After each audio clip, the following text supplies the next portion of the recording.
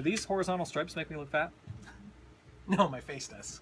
Hi, I'm Hamby. This is Greg. Welcome to another episode of, it doesn't have a name, but we usually call it Talking the Walking Dead or Talking Fear the Walking Dead. Kind of a little play on their Talking Dead post-show. But nothing like it. We're both not as handsome as Chris Hardwick. No. No. Much better head of hair. We're talking about, what is this, And episode suits. 5? Season 6, episode 5. It was called Here's Not Here. It was a very Morgan-centric Still don't know what that means. episode. Here's Not Here? Here's not here. I think it's just crazy. Crazy talk? Well, let's not get into it, but the other guy did mention, Here's not Eastman here. mentioned, here's not here being, if you're mentally checked out, here's not here. Because you're wherever here is. Oh yeah, stuck in the room with the door and the thing. The room and the door and the thing. Yeah. So, we're a little divided on this episode. Yeah. I really liked it. Uh-huh. You felt... It was a filler episode. Okay. I feel like it didn't really progress the storyline. You could have thrown in the Morgan backstory almost whenever. Almost. And my counter to that is that we don't know how the story's going to progress. No. So we don't know. And it was a good episode. Like, I found Yeah. it enjoying, but at the same time, I mean, you left the cliffhangers in the last episode. Sure. So they intentionally did this to make us wait an extra week. But, I mean, it was a good episode, but it didn't really do anything. So let's address that real quick. Yeah. Let's catch you up on the storyline. Episode 3 of this season, the wolves attacked. Mm-hmm. Or was that episode 2?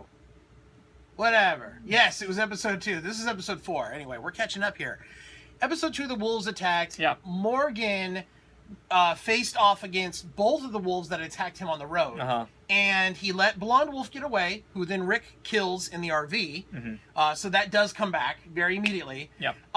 In episode 3. But then he faces off against the other guy he met on the road, the one that had a gun on him, and Morgan called his bluff and said, "You don't have bullets in that gun. You would have used them by now." And fights him within the house, and the guy is not going to give up, and Morgan puts him down one more time, and everyone's like, "Oh, did he kill him?" Well, spoilers. This episode has spoilers.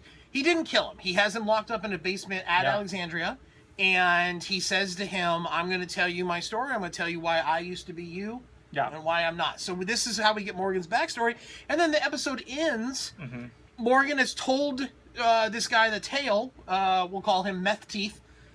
The wolf Meth Teeth. Can I just harp on that for a second? Yeah. Finally. Oh my gosh. They're finally Oh my gosh. touching on the fact that maybe people don't have as great dental care after the world Or ends. can't brush their teeth.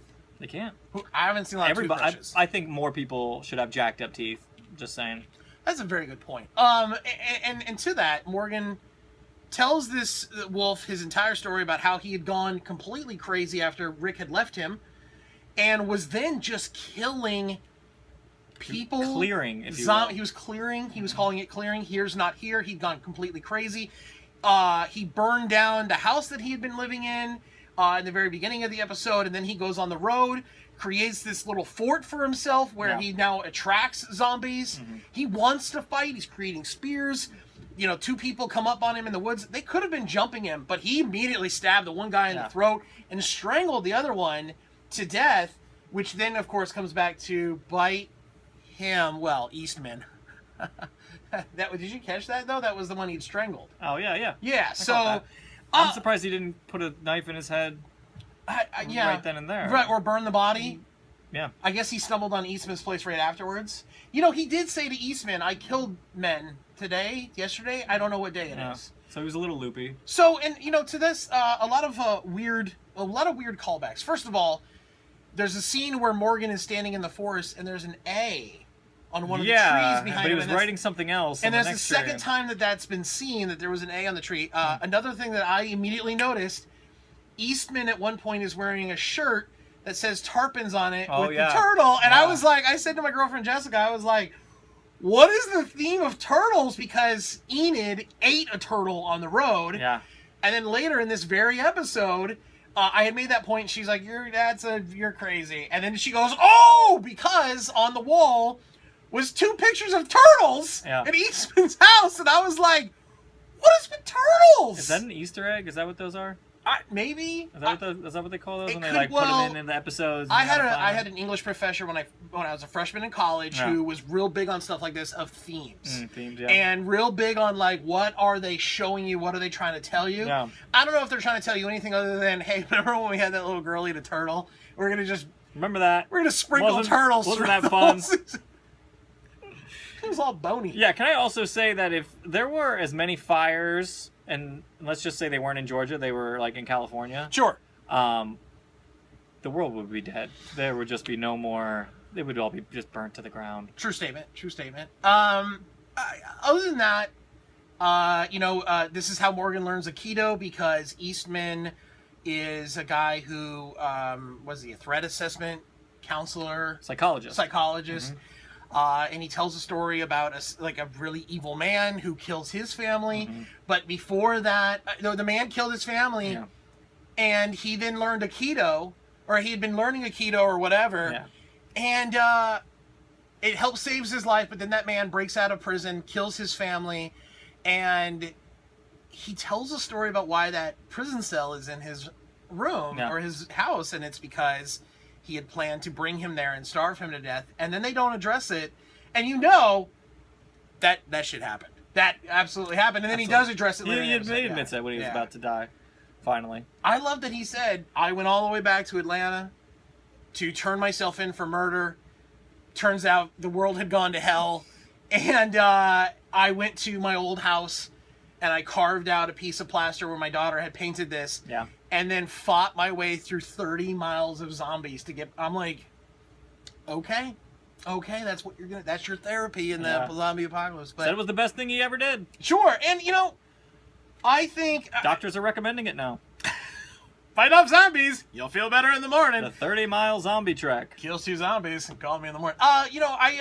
Just saying. I really liked the episode. I thought it was really great. I thought a lot of, typical The Walking Dead, just tragedy. As far as we get growth and tragedy at the same time, and then of course Morgan, we flash back to the present, and Morgan is talking to the wolf, and he's like, hey, I want crazy. You don't have to be crazy. He's giving him the chance to redeem himself. He's trying to do what Eastman did for him, or at least believing.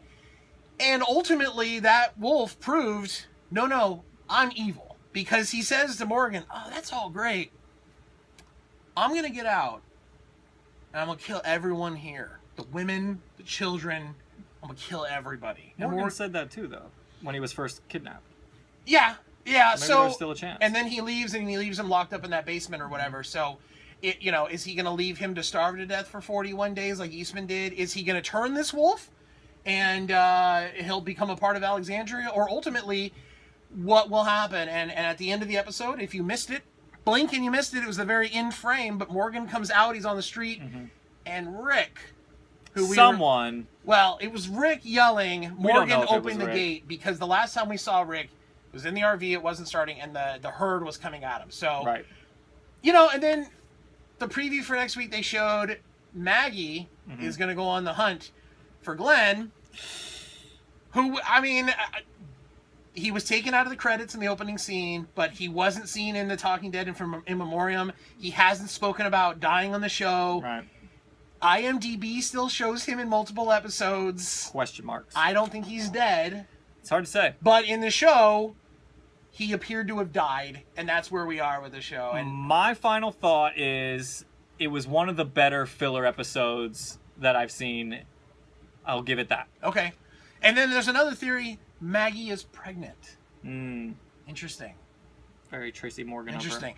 We will see what happens with Glenn. We will see what happens with Maggie. We will see, was that actually Rick yelling for Morgan to open the gate? Does Rick survive the RV? Does the group that was leaving the town with Heath and Michonne and the third guy that had the shot in the leg, do they get back? What happens next on The Walking Dead, as we are coming up very quickly on the winter break? A lot of storylines to wrap up. A lot of things to get to. Wrap it up. If you enjoyed this video, you can check out more of our Walking Dead videos, including our eating videos and more. YouTube.com/HambyPlaysGames. If you want to talk to either one of us, you can find Greg on Twitter @OnTheReg_Greg, and I'm @HambySanDiego. Thanks for watching. Thank you.